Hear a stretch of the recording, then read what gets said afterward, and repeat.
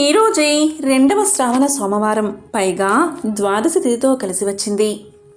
భారతీయ సంస్కృతి సాంప్రదాయాల్లో శ్రావణం ఆధ్యాత్మిక మాసం. ఈ నెలలో అన్ని రోజులు శుభకరమే. సౌరమానం ప్రకారం హిందూ క్యాలెండర్ని అనుసరించి శ్రావణం 5వ నెల. ఆధ్యాత్మికంగా విశిష్టత కలిగిన శ్రావణం శివారాధనకు ఎంతో శ్రేష్టమైంది. పరమేశ్వరుడికి అత్యంత ప్రీతిపాత్రమైన మాసం శ్రావణం. ముక్తి ప్రదాత ముక్కంటికి సోమవారం ప్రీతికరమైనది. ఈరోజు లింగ స్వరూపుడైన ఆ మహాదేవుడికి అభిషేకాలు, అర్చనతో పూజిస్తే సకల శుభాలు కలిగి సమస్త పాపాలు తొలగుతాయని శాస్త్రం చెబుతుంది. ఈ శ్రావణ సోమవారాల్లో సూర్యోదయానికి ముందే నిద్రలేచి స్నానం చేసి శివాలయాన్ని దర్శించండి. పాలు నీటితో శివుడికి అభిషేకం చేసి ఓం నమశివాయ అనే పంచాక్షరి మంత్రాన్ని జపించండి. శ్రావణ మాసంలో సిద్ధిప్రద శివలింగాన్ని ఇంట్లో ఉంచి అభిషేకం చేయండి. చన్నీటితో శుద్ధి చేసి పాలతో అభిషేకం చేయండి. బిల్వపత్రాలు, విభూతి సమర్పించండి. ఇలా చేస్తే ఆ మహాశివుడి సంపూర్ణ అనుగ్రహం లభిస్తుంది. మీకు దగ్గరలోని చెరువులు, నదులకు వెళ్ళి చేపలకు ఆహారం వేయండి. గోధుమ పిండితో తయారు చేసిన ఆహారం వాటికి తినిపిస్తే ఆర్థిక ఇబ్బందులు తొలగిపోతాయి. చేపలకు ఆహారం ఇవ్వడము అంటే శివుడికి అందించినట్లే. ఈరోజు తప్పనిసరిగా మహామృత్యుంజయ మంత్రాన్ని జపించండి. ఇలా చేస్తే సకల శుభాలు కలుగుతాయి. మరి ఎంతో విశేషమైన ఈరోజు ఈ కథను వింటే చాలు ఆ శివపార్వతుల సంపూర్ణ అనుగ్రహం లభిస్తుంది. మరి ఆ కథ ఏంటో ఇప్పుడు విందాం. పూర్వం పాండుపురం అనే ఊళ్ళో అనేక మంది బ్రాహ్మణులు నివసిస్తూ ఉండేవారు. ఆ ఊరి పక్కనే ఉన్న మాలపల్లెలో ఒక నిరుపేద వృద్ధురాలు జీవిస్తూ ఉండేది. ఆమెను ప్రతి ఒక్కరూ కూడా గుడ్డవ్వ అని పిలిచేవారు. ఆమె గొప్ప శివభక్తురాలు. పేదరికమే కాకుండా ఆమెను పట్టి పీడించే భయంకర కుష్టి రోగాన్ని కూడా ఆమె సహిస్తూ శివనామస్మరణ చేస్తూ కాలాన్ని గడిపేది. ఒకసారి ఆమెకు పనిపడి పాండుపురానికి పోవలసి వచ్చింది. కుష్ఠరోగంతో ఆమె శరీరంలోని అవయవాలన్నీ పుళ్ళు పడి ఉన్నాయి. కాళ్ళు, చేతుల వేళ్ళు కొన్ని ఊడిపోయాయి. శరీరం నుంచి విపరీతమైన దుర్గంధం వస్తుంది. ఆమెను చూసి ఆ ఊళ్ళో బ్రాహ్మణులు జాలి తలచే బదులు తిట్టి పోశారు. అంత రోగగ్రస్తురాలివి ఊళ్ళోకెందుకు వచ్చావు? నీ వ్యాధి మాకందరికీ అంటించడానికా? మేము పిల్లా పాపలతో సుఖంగా ఉండడం నీకిష్టం లేక ఇక్కడికి వచ్చావా? ముందు ఇక్కడ్నుంచి వెళ్ళిపో అని నానా దుర్భాషలు ఆడి ఆమెను వెళ్ళగొట్టారు. పాపం గుడ్డవ్వ శారీరక కష్టానికి తోడు వాళ్ల మాటలతో మనసు ఎంతో బాధపడి ఇంక తాను జీవించడం వ్యర్థమని నిర్ణయించుకుని ఆ ఊరిలో కొలువు తీరిన సోమేశ్వరుని చెంత ప్రాణత్యాగం చెయ్యాలి అనుకుని వేగంగా శివాలయం వైపు అడుగులు వేసింది. ఆ బాధలో దారి తెన్నో చూసుకోక పడిపోతుంటే దోవలో రాళ్లు తగిలి శరీర అవయవాలు తెగిపోసాగాయి. కాళ్ళు, వేళ్ళు ఊడిపడి నడవడానికి రాక పాక్కుంటూ శివా నీవే దిక్కు అంటూ శివాలయం చేరుకుంది గుడ్డవ్వ. ఆమె భక్తికి మెచ్చిన శివుడు ప్రత్యక్షమై వరం కోరుకోమన్నాడు. అప్పుడు గుడ్డవ్వ ఇలా పలికింది, స్వామి, నీ దర్శన భాగ్యం లభించింది. ఇంకా నాకేం వరం కావాలయ్యా అంటూ శివుణ్ణి స్తుతించసాగింది. ఆమె భక్తికి ఆశ్చర్యపోయిన శివుడు ఆమె రోగాన్ని తీసేసి ఆరోగ్యవంతమైన శరీరాన్ని ప్రసాదించాడు. అంతేకాదు ఆమె కోరకుండానే ఇలా అన్నాడు, నీ రోగమంతా నిన్ను అవమానించిన వారికి పంచానులే అన్నాడు. గుడ్డవ్వ తన శేష జీవితాన్ని సుఖంగా గడపమని ఆనతి ఇచ్చాడు ఆ మహాశివుడు. దీంతో గుడ్డవ్వ తన ఇంటికి చేరి తన సాధారణ జీవితాన్ని గడపసాగింది. పాండవపురంలో గుడ్డవ్వని దూషించిన వారందరికీ అకస్మాత్తుగా కుష్ఠరోగం వచ్చి నానా బాధలు పడసాగారు. తరువాత గుడ్డవ్వకి శివుడు ప్రత్యక్షమైన సంగతి, ఆమె రోగం పోయిన సంగతి వారికి తెలిసింది. ఆమెని నిందించడం వల్లే తమకి ఆ రోగం వచ్చిందని పశ్చాత్తాపపడి అంతా వెళ్లి గుడ్డవ్వను శరణు వేడారు. తమ తప్పుని క్షమించమని వేడుకున్నారు. చాలా సున్నిత మనస్కురాలైన గుడ్డవ్వ శివుణ్ణి ప్రార్థించింది. ఆమె ప్రార్థనతో శివుడు వారి రోగాన్ని కూడా నశింపచేశాడు. భక్తికి సౌశల్యానికి మించిన సాధన లేదని అంతా గ్రహించారు. ఎంతో విశేషమైన ఈ కథను విన్నవారికి ఆ మహాశివుడి ఆశీస్సులు లభిస్తాయి. సంపూర్ణ ఆరోగ్యం చేకూరుతుంది. ఓం త్రయంబకం యజామహే సుగంధిం పుష్టివర్ధనం ఉర్వారుకమివ బంధనాన్ మృత్యోర్ముక్ష్య నమామృతాత్. అందరికీ శక్తినిచ్చే ముక్కంటి దేవుడైన సుగంధ పరిమళం కలిగి పుష్టిని వృద్ధి చేసే 3 కన్నుల వాడైన ఓ పరమేశ్వర, నిన్ను నేను పూజిస్తున్నాను. తొడిమ నుంచి దోస పండును ఎలా వేరు చేస్తున్నావో అలాగే మృత్యువు నుంచి నన్ను వేరు చెయ్యి. అమృత సమానమైన మోక్షం నుంచి నేను విడవకుండా ఉండేటట్లు చెయ్యి స్వామి అని వేడుకోవాలి. పూర్వకాలంలో ఒక గ్రామంలో శివదేవుడు అనే ఒక మహాశివభక్తుడు ఉండేవాడు. ఇతను ప్రతిరోజు కూడా తమ ఊరిలో ఉన్నటువంటి శివాలయానికి ఈ శివదేవుడు ఒట్టి చేతులతో వెళ్లకుండా బాగా కాచి చల్లార్చినటువంటి ఒక కుంచుడు పాలను ఆలయానికి తీసుకుని పోయి పరమేశ్వరుడికి నైవేద్యంగా వాటిని ఆరగింపు చేస్తూ ఉండేవాడు. అలా భక్తితో స్వామివారికి నమస్కారం చేసి ఆపై ఆ పాలను ఇంటికి తీసుకుని పోయేవాడు. ఈ విధంగా పరమ నిష్ఠతో ప్రతిరోజు కుంచుడు పాలను ఆ పరమేశ్వరుడికి ఆరగింపు చేస్తూ ఉండేవాడు ఆ శివభక్తుడు. ఇలా కాలం గడుస్తూ ఉండగా ఒకరోజు ఆ శివదేవునికి ఒకసారి భార్యతో కలిసి పొరుగురు వెళ్లవలసిన పని పడుతుంది. దాంతో తాను నిష్ఠగా చేసేటటువంటి శివపూజ అలాగే పరమేశ్వరుడికి పాలను నివేదన చేసేటటువంటి పని ఏ విధంగా చెయ్యాలి అని తీవ్రంగా ఆలోచిస్తూ ఉన్నాడు శివదేవుడు. అప్పుడు శివదేవుడు తన కుమార్తెను పిలిచాడు. ఆమె పేరు గొడగూచి. ఆమెతో శివదేవుడు ఇలా పలికాడు, అమ్మా, ప్రతిరోజు నువ్వు శివాలయానికి వెళ్లి పరమశివుడికి పాలను నైవేద్యంగా పెట్టు. ఈ బాధ్యత సక్రమంగా నెరవేర్చు అని చెప్పి తల్లిదండ్రులు వెళ్లిపోయారు. తర్వాత రోజున ఆవు పాలను శుభ్రంగా మరగబెట్టి కుంచెడు పాలను కొలిచి శివాలయానికి సమర్పణగా తీసుకుని వెళ్తుంది గొడగూచి. పాలు ఎవరికీ కనబడకుండా పైన కొంగు కప్పుతుంది. శివాలయానికి ఎదురుగా పాలను పెట్టి పాలను తాగమని శివలింగాన్ని కోరుతుంది. పాలు శివలింగం ముందర పెట్టి అమాయకత్వంతో శివుడు వచ్చి స్వయంగా తానే పాలు తాగుతాడు అనుకుంటుంది ఆ చిన్ని పిల్ల. కాని ఎంతసేపైనా శివుడు ఆ పాలు తాగకపోయేసరికి ఎంతో బాధపడుతుంది. పాలు తాగమని శివుణ్ణి ప్రార్థిస్తుంది. ఎంత ప్రార్థించినా సరే శివుడు పాలు తాగకపోయేసరికి ఎందుకు తాగడం లేదని ఎన్నో కారణాలను ఆలోచిస్తుంది. ముక్త భక్తితో గొడగూచి శివుణ్ణి ప్రశ్నలు అడగడం ప్రారంభిస్తుంది. ఏమైంది? ఎందుకు పాలు తాగడం లేదు? చిన్నపిల్లను నేను. పాలు తెచ్చానని తాగడం లేదా? నీవు ఇప్పుడు పాలు తాగు. నీకు కావాలంటే గుజ్జు భోగిరపు పాలను తెచ్చిస్తాను అని కోరింది. అయినా శివుడు పాలు తాగలేదు. మళ్ళీ ఆమె ఇలా పలికింది, ఎందుకు పాలు తాగడం లేదు? పాలు వేడిగా ఉన్నాయా? కమ్మని వాసన రావడం లేదా? పాలు శుభ్రంగా లేవా? ఏమైనా పాలు విరిగిపోయాయా? పాలల్లో నుంచి ఏమైనా వాసన వస్తుందా? పాలల్లో ఎక్కువ నీళ్లు కలిశాయా? ఈ పాలు నీకు సరిపోవా? ఎందుకు తాగడం లేదు అని ఎన్నో ప్రశ్నలు వేసి ఒకసారి నేను తెచ్చిన ఈ పాలు తాగు అని కోరింది. అయినా మహాశివుడు పాలు తాగలేదు. మళ్ళీ ఆమె ఇలా పలికింది, నేను ఒంటరిగా పాలు తెచ్చానని తాగడం లేదా? ఈ గిన్నె బాలేదా?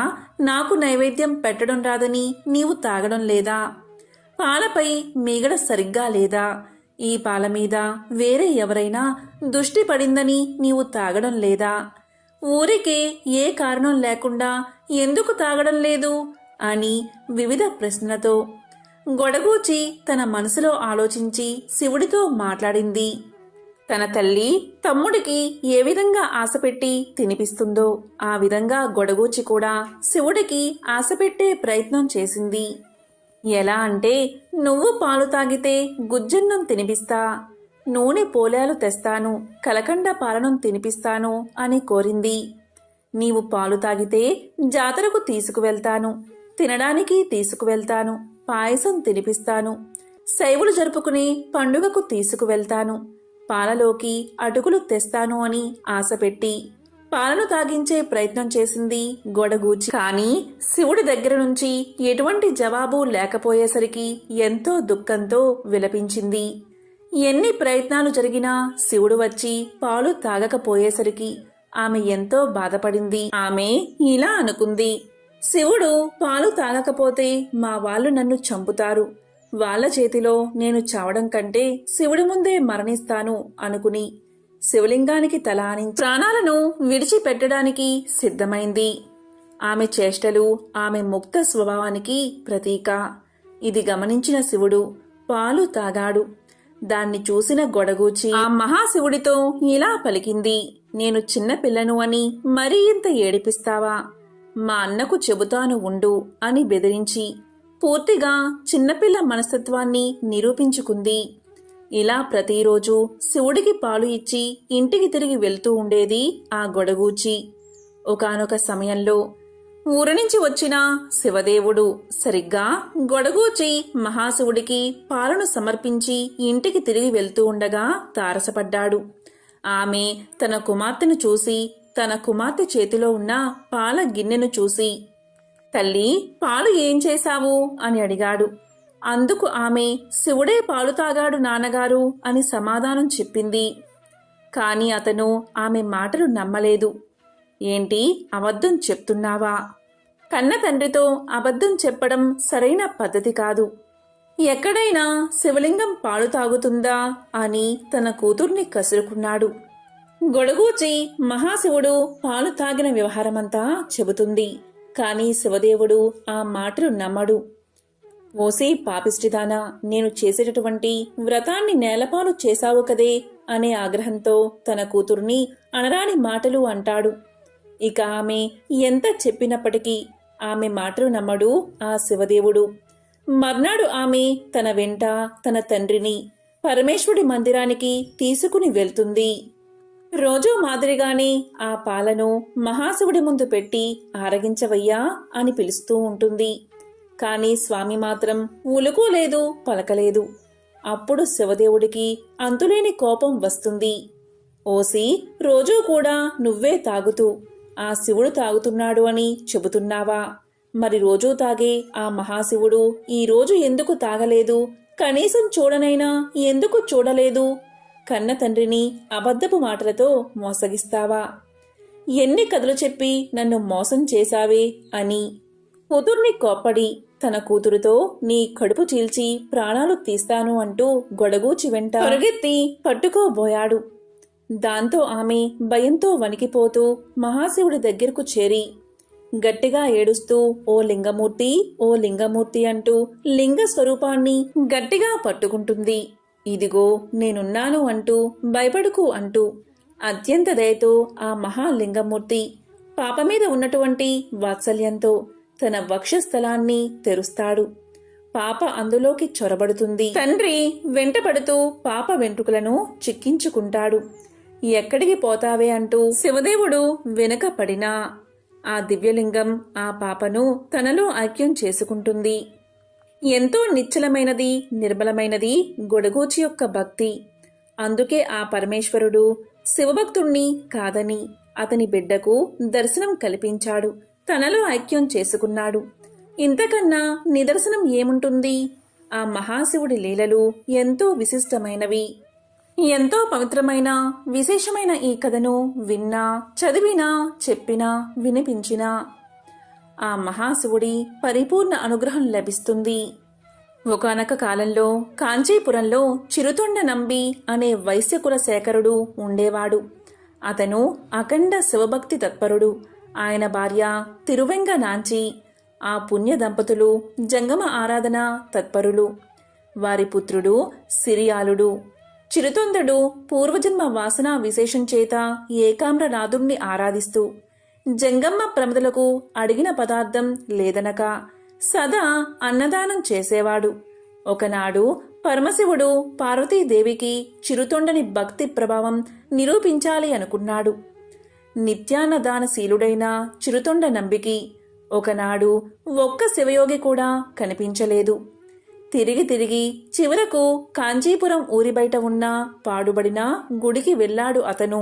అక్కడ గర్భ మండపంలో ఒక వృద్ధుడు అతనికి సేవ చేస్తున్న ముసలి అవ్వ కనిపించారు. అప్పుడు చిరుతొండ నంబి ఆ దంపతులకు ప్రణామం చేసి ఇలా పలికారు. మీరు చూస్తే సాక్షాత్తు పార్వతీ పరమేశ్వరులాగా కనిపిస్తున్నారు.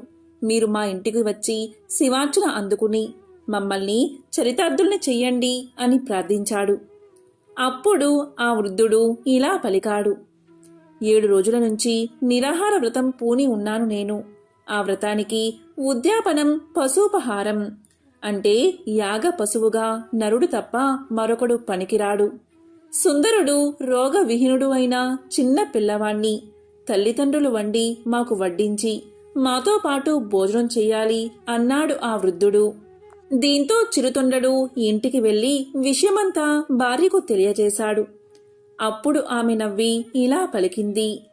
స్వామి, మన శరీరార్థ ప్రాణాలకు కర్తలు ఆ శివయోగీశ్వరులే కదా. వారి సొమ్ములు వారికి సమర్పించడానికి మనకి ఆలోచన ఎందుకు అని పలికింది. వెంటనే శివయోగిని తీసుకురావడానికి బయలుదేరాడు చిరుతొండడు. అంతకుముందే శివుడు మరొక వేషంలో గురువుగారి ఇంటిలో పాఠాలు చదువుకుంటున్న సిరియానుడి దగ్గరకు చేరుకున్నాడు. ఆ జటాధారిని చూడగానే సిరియానుడు ఎదురుగా వెళ్లి సాష్టాంగ నమస్కారం చేశాడు.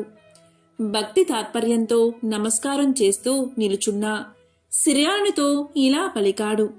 నాయనా, నీ తండ్రి చిరుతొండ నంబి నిన్ను చంపి ఒక నిర్భాగ్యుడైన శివయోగికి ఆహారంగా పెట్టబోతున్నాడు. తన కడుపున పుట్టిన కుమారుడి మెడకోసి చంపి జోగులకు పెట్టే క్రూరుడు ఈ లోకంలో ఎక్కడైనా ఉంటాడా? స్నేహ సిరిని కాబట్టి ఈ విషయం నీకు చెప్పడానికై వచ్చాను. బతికుంటే బొలసాకు తినవచ్చు, నీ ప్రాణాలు కాపాడుకో అని చెప్పాడు. ఈ మాటలు విన్న సిరియాలుడు చెవులు మూసుకుని ఇలా అన్నాడు. మహానుభావా, నీవీ రకంగా మాట్లాడడం న్యాయమా?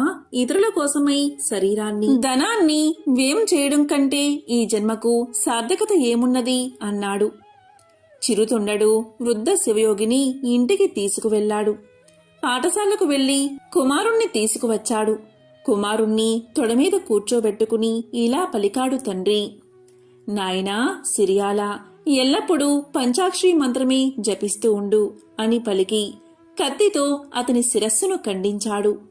ఒక్క వేటుతో కింద పడిపోయిన సిరియాలుడి శిరస్సు నమశివాయ నమశివాయ నమశివాయ అని మంత్రాన్ని పఠిస్తుంది. భోజనశాలలో వంట సిద్ధమైనది. అమృత ఆహారం ఆరగించవలసిందిగా నమస్కరించారు ఆ నంబి దంపతులు. అప్పుడు ఆ శివయోగి ఇలా పలికాడు. నాకు మరొక్క నియమం ఉన్నది. మగబిడ్డలేని నిర్భాగ్యుడి ఇంట్లో భోజనం చేయకూడదు. నీ కుమారుణ్ణి పిలువు అన్నాడు ఆ మాయా జంగముడు. అప్పుడు నంబి ఇలా పలికాడు. స్వామి, ముందే ఆ విషయం చెప్పి ఉంటే కుమారుణ్ణి పిలిచేవాణ్ణి. ఇప్పుడు వాడెక్కడికి పోయాడో ఆడుకోవడానికి అన్నాడు నంబి. ఆ వృద్ధ దంపతులు నంబి భార్యను ఎలుగెత్తి కుమారుణ్ణి పిలవమన్నారు. వెంటనే నంబి భార్య రారా రారా కుమారా అని దిక్కులు ప్రతిధ్వనించేటట్లు పిలిచింది. అలా పిలవగానే మరుక్షణమే ఆకులలో ఉన్న శాఖ పాకాల నుంచి సిరియాల కుమారుడు వారి ముందు నిలిచాడు. పరమశివుడు భస్మదేహంతో నాగాలంకార భూషణుడై అర్ధ చంద్రాకృతితో సాక్షాత్కరించి సశరీరములతో కైలాసానికి రమ్మని వారిని ఆహ్వానించాడు. అంతా చిరుతొండడు ఇలా పలికాడు. స్వామి, నీ దయవల్ల 1000 గోత్రములకు చెందిన మా వైశ్యులందరూ ఈ కంచి పట్టణంలో ఈశ్వర ఆరాధన చేస్తూ ఉన్నారు. వారందరినీ విడిచిపెట్టి నేనొక్కడినే రాలేను. ఇంతమందిని కైలాసానికి రమ్మంటే వస్తాను అన్నాడు. అప్పుడు శంభుడు కరుణించి కంచిలో ఉన్న వైశ్యులందరూ కైలాసానికి వచ్చేటట్లు వరాన్ని ప్రసాదించాడు. కన్న కుమారుణ్ణి కూడా బలి చేయడానికి వెనుదీయకుండా తనతో పాటు స్వజనానికి కూడా మోక్షం ఇప్పించిన చిరుతొండ నంబి పరోపకారార్థమై తన శరీరమే దానం చేసిన సిరియాలుడు శైవ భక్తుల్లో అగ్రగణ్యులు. ఎంతో పవిత్రమైన విశేషమైన ఈ కథను విన్న వారికి మోక్షం కలుగుతుంది. పూర్వకాలంలో కంబా అనే పట్టణంలో దీపక దలియారు అని ఒక శివభక్తుడు ఉండేవాడు. అతను ఒకసారి వేరే పని మీద ఇంకొక గ్రామానికి వెళ్లాల్సి వచ్చింది. దోవ మధ్యలో ఒక అడవి. దానిలో ఒక పాడుబడ్డ శివాలయాన్ని చూశాడు అతను. అది చూసి అతని ఆలోచనలు పరిపరి విధాలా పోయాయి. ఇదేమి వింత, శివుడి అరణ్యం మధ్యలో ఎందుకు ఉన్నాడు? శత్రువుల వల్ల ఇతనికేమీ అపాయం వస్తుందో? అసలే ఎప్పుడు త్రిపురాసురులు వగైరా పెద్ద పెద్ద రాక్షసులతోనే శత్రుత్వం ఏర్పరచుకుని వాళ్ళని చంపేస్తూ ఉంటాడు. ఈయనకేమో దయాలువు అని పెద్ద పేరు. మరి ఇలాంటి రాక్షసుల్ని చంపి వాళ్ళతో విరోధం తెచ్చుకోవడం ఎందుకు? రాక్షసులు మహాబలవంతులు, వారితో విరోధం మంచిది కాదు. అటువంటి విరోధులు ఉన్న ఇతడు కారు చీకట్లు కమ్మి ఇలాంటి దట్టమైన అడవిలో ఎవరి సహాయం లేకుండా ఒక్కడూ ఉండవచ్చా? పైగా ఈ గుడి కూడా శిథిలమైపోయినది. గోడలు అస్సలు గట్టిగా లేవు, తలుపులు ద్వారబంధాలు లేవు, చుట్టూ ప్రాకారం కూడా లేదు, పార్వతీదేవి ఉండే చోటు కూడా లేదు. ఇలాంటి పాడుబడిన గుడిలో ఏ పూజా పునస్కారం లేకుండా ఇలా ఉండే అవసరం ఈయనకేం వచ్చింది అనుకున్నాడు. కొంచెం ఆలోచించి, సరే, ఇక్కడ ఒక పెద్ద గోపురంతోనూ చుట్టూ ప్రాకారంతోనూ నేను పట్టుబట్టి ఒక మంచి ఆలయాన్ని నిర్మిస్తాను అనుకుని తిరిగి తన గ్రామానికి పోయి తన ఆస్తినంతా అమ్మి ఆ డబ్బు తీసుకువచ్చి అక్కడ ఒక గొప్ప ప్రాకారం కట్టించి దాని మధ్య ఒక పెద్ద ఆలయం అన్ని హంగులతోనూ నిర్మించి పార్వతీదేవికి కూడా ప్రత్యేకించి ఆలయం నిర్మించాడు. అంతేకాదు, అక్కడ పూజలు యథావిధిగా జరపడానికి కావలసిన వారిని నియోగించి వారికి ఇల్లు కట్టించి దుకాణాలు ఏర్పాటు చేసి అన్ని రకాల వృత్తుల వారిని ఏర్పాటు చేసి ఒక ఊరినే నిర్మించాడు. తాను ధర్మకర్తగా ఉండి పూజలు సక్రమంగా జరిపించేవాడు. ఆ విధంగా కొన్నేళ్లు గడిచింది. తరువాత డబ్బులన్నీ అయిపోయి అందరికీ ఇవ్వవలసిన నెల బత్తములకు సకాలంలో ఇవ్వకపోవడంతో ఆలయంలో కొలువుకు నియమించబడ్డ వారంతా మానేశారు. ఇక దీపకదలియారు కొన్నాళ్లు ఉన్నంతలో గ్రామస్తుల చేతని పూజలు నిర్వహించేలా చేశాడు. కొన్నాళ్లకి వాళ్లు కూడా ఇవన్నీ మానుకుని ఊరు విడిచి వెళ్లిపోయారు. అయినా దీపకదలియారు తన పట్టు విడవలేదు. తానే స్వయంగా పూజ చేసేవాడు. కొన్నాళ్లకి పూజా ద్రవ్యాలు లేకపోయినా రాత్రింపగళ్ళు అఖండ జ్యోతి వెలిగేటట్లు చేసేవాడు. కొన్నాళ్లకి దీపానికి కూడా నూనె దొరకడం కష్టమైంది అతనికి. అప్పుడు ఆయన చుట్టుపక్కనున్న చెట్టు కొట్టి తెచ్చి కాలుస్తూ దీపపు కాంతి కలగజేసేవాడు. అవి కూడా అయిపోయాక తాను కట్టించిన ఇళ్ల యొక్క పై కప్పును, దూలాన్ని, వాసములను, ద్వారబంధాలను ఏ చెక్క దొరికితే దానిని తీసుకొచ్చి దీపంలాగా వెలిగించేవాడు. కొన్నాళ్లకి అవి కూడా అయిపోయాయి. తానొక్కడే మిగిలాడు. స్వామి ఆలయంలో దీపం లేదు. అదే అతని బాధ. అప్పుడు అతనికి ఒక ఆలోచన వచ్చింది. తన జుట్టంతా పైకి కట్టుకుని దాని కొనలకు నిప్పు అంటించి అది వెలుగుతూ ఉండగా గుడి చుట్టూ తిరగసాగాడు. వెంట్రుకలు కాలి తలలోని మెదడు అంటుకుని కాలుచుండి వెలుగుతూ ఉన్నా ఆయనకి తెలియక అలాగే తిరగసాగాడు. అప్పుడు ఆ మహాశివుడు ప్రత్యక్షమై ఇలా పలికాడు, నీ భక్తికి మెచ్చాను, వరం కోరుకో అని అనగా ఆ భక్తాగ్రేసరుడు ఇలా పలికాడు, ఓ మహాశివ, నాకే వరమూ అక్కర్లేదు. మనమీ అరణ్యంలో ఉండవద్దు. పద పోదాం. ఈ ఆలయంతో సహా కైలాసానికి వెళ్దామన్నాడు. అది విని ఆ మహాశివుడు తన భక్తుడి కోరిక తీర్చడానికి ఆ ఆలయంతో సహా అతన్ని కైలాసానికి తీసుకుపోయాడు. మహాశివుణ్ణి అంతగా ఆరాధించి ఆయన గురించే జీవించి చివరికి వరం కోరుకోమన్నా తన కోసం కాక ఆయన కోసమే అడిగిన దీపకదలియారు కథ వల్ల నిస్వార్థంగా భగవంతుణ్ణి సేవించిన వారికి దక్కని వరాలు ఉండవు అని తెలుస్తుంది. ఎంతో పవిత్రమైన విశేషమైన ఈ కథను విన్నవారికి జన్మజన్మల పాపాలు తొలగి కోటి జన్మల పుణ్యం వస్తుంది. సకల శుభాలు కలుగుతాయి. భగవంతుడి భక్తిలో అనేక విధాల తరించిన వారున్నారు. ప్రియుడిగా ప్రేమించిన వారు, భర్తగా పూజించిన వారు, బిడ్డగా ఆదరించిన వారు, స్నేహితుడిగా అంకితమైన వారు, ఇలా ఎన్నో రకాల భక్తుల గురించి మనకు తెలుసు. అయితే ఒక మహిళ మాతృమూర్తి అయి శివుణ్ణి లాలించిన కథ మీకు తెలుసా? ఆవిడ పేరే బిజ్జ మహాదేవమ్మ. ఆ కథ ఏంటో ఇప్పుడు తెలుసుకుందాం. బిజ్జ మహాదేవమ్మ శివుడికి పరమ భక్తురాలు. ఆవిడ ఆలోచనలు ఎప్పుడూ శివుడి చుట్టూతానే తిరుగుతూ ఉండేవి. ఒకరోజు ఆవిడ ఇలా ఆలోచించసాగింది. శివుడికి భార్య ఉంది, పిల్లలు ఉన్నారు, పరిచరులందరూ ఉన్నారు. కానీ తల్లి లేకపోవడానికి కారణం ఏమిటో? తల్లి లేకుండా ఇతను ఎలా పుట్టి ఉంటాడో? లోకంలో అందరూ జన్మించడానికి కారణం తల్లే కదా. అంటే తల్లి ఇతనికి ఉన్నట్లు కనబడదేమిటి? తల్లే ఉంటే ఇతనికి ఇన్ని పాటలు వచ్చేవా? తల్లే ఉంటే ఇతన్ని బిచ్చమెత్తనిచ్చేదా? తానే ఏదో విధంగా బిడ్డను సాకేది కదా. బిడ్డ ఇలా బిచ్చమెత్తుతుంటే ఏ తల్లి చూసి సహిస్తుంది? తల్లే ఉంటే ఇతనికి మంచి మంచి వస్త్రాలు కట్టబెట్టేది కాని ఇలా తోలు ధరించనిచ్చేదా? తన బిడ్డడు వల్లకాటిలో ఉండి బూడిద పూసుకుని తిరుగుతూ ఉంటే చూస్తూ ఊరుకునేదా? పైగా విషం తాగేటప్పుడు అడ్డుపడకుండా ఉంటుందా? పాపం, ఇతనికి ముందు తల్లి ఉండి తర్వాత గతించి ఉండవచ్చు. ఆవిడ తల్లి హృదయం ఇంకా చాలా ఆక్రోశించింది. అయ్యో, లోకంలో ఇంతమంది తల్లులు ఉన్నారు కదా, ఎవరైనా ఇతన్ని తమ బిడ్డగా భావించి చేరదీసి మంచి చెడు చెప్పొచ్చు కదా, ఇలాంటి పనులు చేయకుండా ఆపొచ్చు కదా అని అనుకుని, పోనీ ఇవాల్టి నుంచి ఎవరు చూసినా చూడకపోయినా నేను శివయ్యను నా బిడ్డగా చూసుకుంటాను అని నిశ్చయించుకుంది బిజ్జ మహాదేవమ్మ.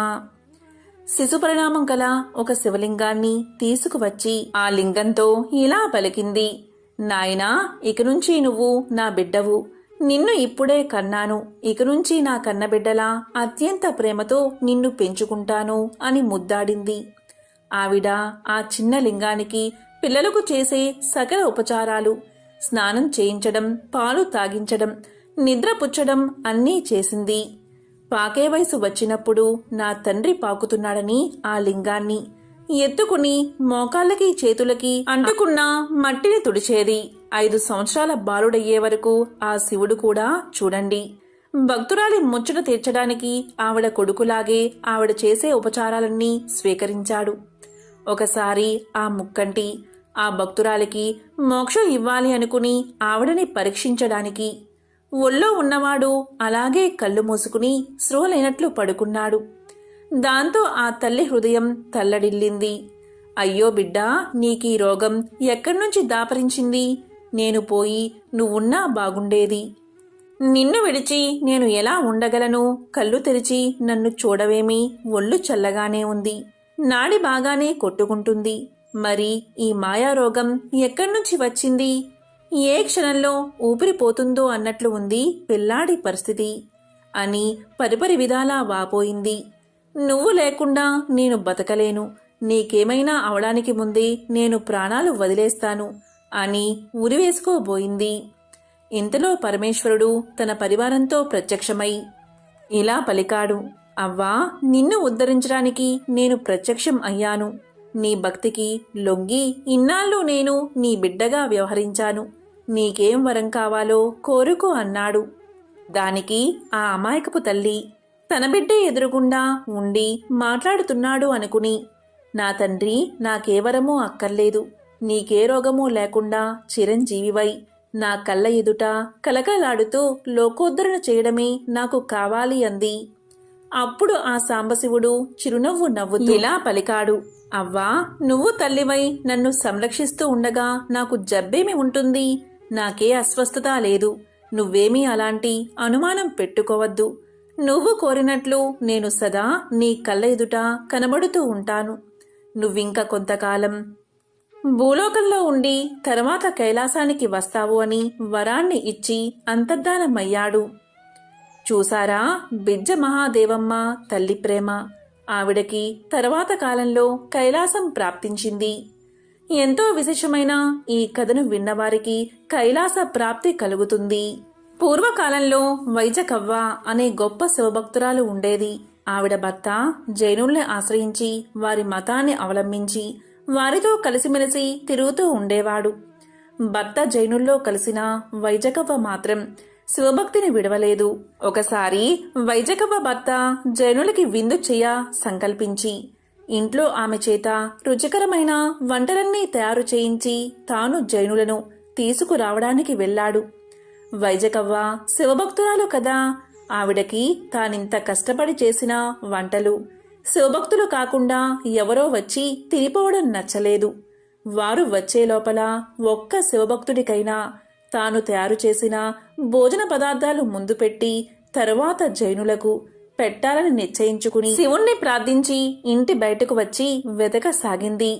భక్తుల కోరికలు తీర్చే ఆ పరమేశ్వరుడు తన భక్తురాలి కోరిక తీర్చడానికి ఒక ముని వేషంలో సదాశివ స్మరణ చేస్తూ అక్కడికి వచ్చాడు. అతన్ని చూసిన వైజకవ్వ అతనికి నమస్కారం చేసి ఇలా పలికింది: స్వామి, నా భర్త జైనులకు విందు చేయ సంకల్పించి వారిని తీసుకురావడానికి వెళ్ళాడు. శివభక్తురాల్ని అయినా నేను ఒక్క శివభక్తుడికైనా ముందు భోజనం పెట్టాలి అనుకున్నాను. నా భర్త వచ్చే లోపల మీరు భిక్ష తీసుకుందురు గాని అందుకు లోపలికి రండి అని పిలుచుకుని వెళ్ళి అతనికి సాదరంగా భోజనం వడ్డించింది. అతను కూడా భోజనం చేయడం మొదలుపెట్టి జైనులందరి కోసం వండిన పదార్థాలన్నీ ఒక్క నిమిషంలోనే తానొక్కడే పూర్తిగా తిని అదృశ్యమయ్యాడు. ముని రూపంలో ఉన్న సదాశివుణ్ణి ఇంటికి రాగానే చూసిన వైజకవ్వ భర్త అతను మళ్లీ కనిపించకపోయేసరికి వైజకవ్వ వేరే మతాన్ని అనుసరించడమే కాక ఎవరినో తీసుకొచ్చి తనకి నమ్మక ద్రోహం చేస్తుంది అనే చెడు ఆలోచనతో ఆమెను నానా దుర్భాషలు ఆడసాగాడు. ఎంతో కష్టపడి జైనుల కోసం తెచ్చిన ఆహార పదార్థాలన్నీ ఒక్క మునికి పెట్టడం అతనికి చాలా కోపం కలిగించింది. దాంతో అతను ఆమెని కొప్పు పట్టుకుని ఈడుస్తూ కాళ్లతో తన్నుతూ నేల మీద ఈడుస్తూ తిడుతూ రోడ్ల మీద తిప్పసాగాడు. ఆమె శరీరం నుంచి రక్తం దారలుగా కారసాగింది. ఆ మహాసాధ్వి మాత్రం కొంచెమైనా భయపడక బాధపడక భర్త పెడుతున్న బాధలన్నీ సహిస్తూ పార్వతీసా, శంభో శంకర, భక్త పరిపాలక, నీ భక్తురాలిని కాపాడే భారం నీదే అని ధ్యానించసాగింది. అప్పుడు దయాళువైన ఆ మహేశ్వరుడు ఒక బాలుడి రూపంలో వచ్చి ఆమె భర్త కొట్టి దెబ్బలు ఆమెకు తగలకుండా చేతులు అడ్డు పెడుతూ ఆ జన సమర్థములో వారితో పాటు నడవసాగాడు. కోపగించిన ఆమె భర్త ఆ బాలుణ్ణి కూడా కొట్టగా చిత్రంగా ఆ దెబ్బలు అతనికి తగలకుండా అక్కడ ఉన్న రాజభటులకు తగిలి వారు అక్కడ్నుంచి పారిపోయారు. ఇదంతా చూస్తున్న ఒక జైన భక్తుడు వైజకవ్వ భర్తను ఆపి ఇలా పలికాడు: ఆమె గొప్ప భక్తురాలు, అందుకే నువ్వు కొట్టే దెబ్బలు ఆమెకు తగలడం లేదు. అనుమానంతో ఎందుకు ఆమెను బాధపెడతావు? నీకు ఇష్టం లేకపోతే ఆమె ఇష్టం వచ్చినట్లు వెళ్ళనివ్వు, కానీ ఇలా బాధించకు అని నచ్చ చెప్పాడు. వైజకవ్వని కూడా సముదాయించాడు. అమ్మా, నీ మగడు నిన్ను అంగీకరించకపోతే నీ ఇష్టం వచ్చిన చోటికి వెళ్ళిపో అని ఆమెని భర్త నుంచి విడిపించాడు. దీంతో వైజకవ్వ ఇలా పలికింది: ఈ రాత్రివేళ ఎక్కడికి వెళ్తాను అని ఆలోచిస్తూ నడుస్తూ ఉండగా ఒక జైన దేవాలయం కనబడింది. ఆ చీకటిలో దాన్ని శివాలయంగా భావించి లోపలికి వెళ్ళి దుఃఖం ఆగక ఒక జైన శిల్పాన్ని శివలింగం అనుకుని కౌగలించుకుని తన దుఃఖాన్ని చెప్పింది. ఆశ్చర్యం ఏంటి అంటే ఆ జైన దేవాలయం శివాలయంగా మారిపోయింది. ఆ జైన ప్రతిమ శివలింగంగా మారింది. అది భక్తి మహిమ. పూర్వకాలంలో మహేంద్ర మంగళపురం అనే గ్రామంలో అర్యమాఖ్యుడు అనే ఒక వీర శైవభక్తుడు ఉండేవాడు. ఆయనకి ఎవరైనా సరే తన ముందు శివనామం తప్ప ఇంకొకటి పలకరాదు. అలా పలికిన వారి శిరస్సు ఖండిస్తాను అనే భీకర వ్రతం ఆయనకి ఒకటి ఉంది. ఒకసారి వారి ఇంటికి ఒక బ్రాహ్మణ భిక్షువు శివనామ ఉచ్చరణ చేస్తూ భిక్షకి వచ్చాడు. ఈయన కూడా భిక్ష తీసుకువెళ్లి భిక్షకుడి జోలెలో వేస్తూ ఉండగా పొరపాటున కొంత అన్నం కింద పడింది. వెంటనే ఆ భిక్షకుడి నోటి నుంచి వేరే దైవం పేరు వచ్చింది. దానికి భక్తుడు కోపగించి తన వ్రత నియమానుసారం అక్కడ దొరికిన ఒక తెడ్డుతో ఆ భిక్షకుని పొట్టలో పొడవగా అతను చనిపోయాడు. అది చూసిన వారంతా ఇతనికి ఇంత అతిశయమా? భిక్షకి వచ్చిన బ్రాహ్మణుణ్ణి చంపుతాడా? దీనికి తగిన శిక్ష పడవలసిందే అని రాజుగారికి ఫిర్యాదు చేశారు. రాజు కూడా అతన్ని పిలిచి విచారించాడు. దానికి అతను ఇలా పలికాడు: రాజా, నేనెందుకు అలా చేశానో ఆ శివుడికే తెలుసు, కాని మీకు తెలియదని చెప్పాడు. దీంతో రాజు కోపగించి ఆ చచ్చిన బ్రాహ్మడితో పాటు ఇతన్ని కూడా చంపమని భటుల్ని ఆజ్ఞాపించాడు. దీంతో రాజభటులు అరిమాఖ్యుణ్ణి చంపడానికి తీసుకుని వెళ్తూ ఉండగా అరిమాఖ్యుడు: నన్ను చంపడానికి ఆ ఈశ్వరుడే కర్తగాని మీరు చంపగలరా? నేను మీ చేతిలో చచ్చేవాడినా అని పలుకుతూ దోవలో కనపడిన ఒక శివాలయంలోకి వెళ్ళిపోయి శివుణ్ణి పరిపరి విధాలా ప్రార్థించసాగాడు. శివా, నీ వీరశైవ మతస్థుడను నేను. నా శబదము భంగం కాకుండా అన్య దైవాన్ని స్మరించిన అతన్ని బ్రాహ్మణుణ్ణి నేను అనుమానం కూడా లేకుండా చంపి నా వ్రతపాలనం చేసుకున్నాను. ఈ బ్రాహ్మణులంతా నేను చేసింది అపరాధమని నన్ను చంపడానికి వస్తున్నారు. నువ్వే నన్ను కాపాడాలి, నువ్వే శరణు అని ప్రార్థిస్తూ ఉండగా శివుని ఉదరము విచ్చుకుని శివుడి పలుకులు వినిపించాయి.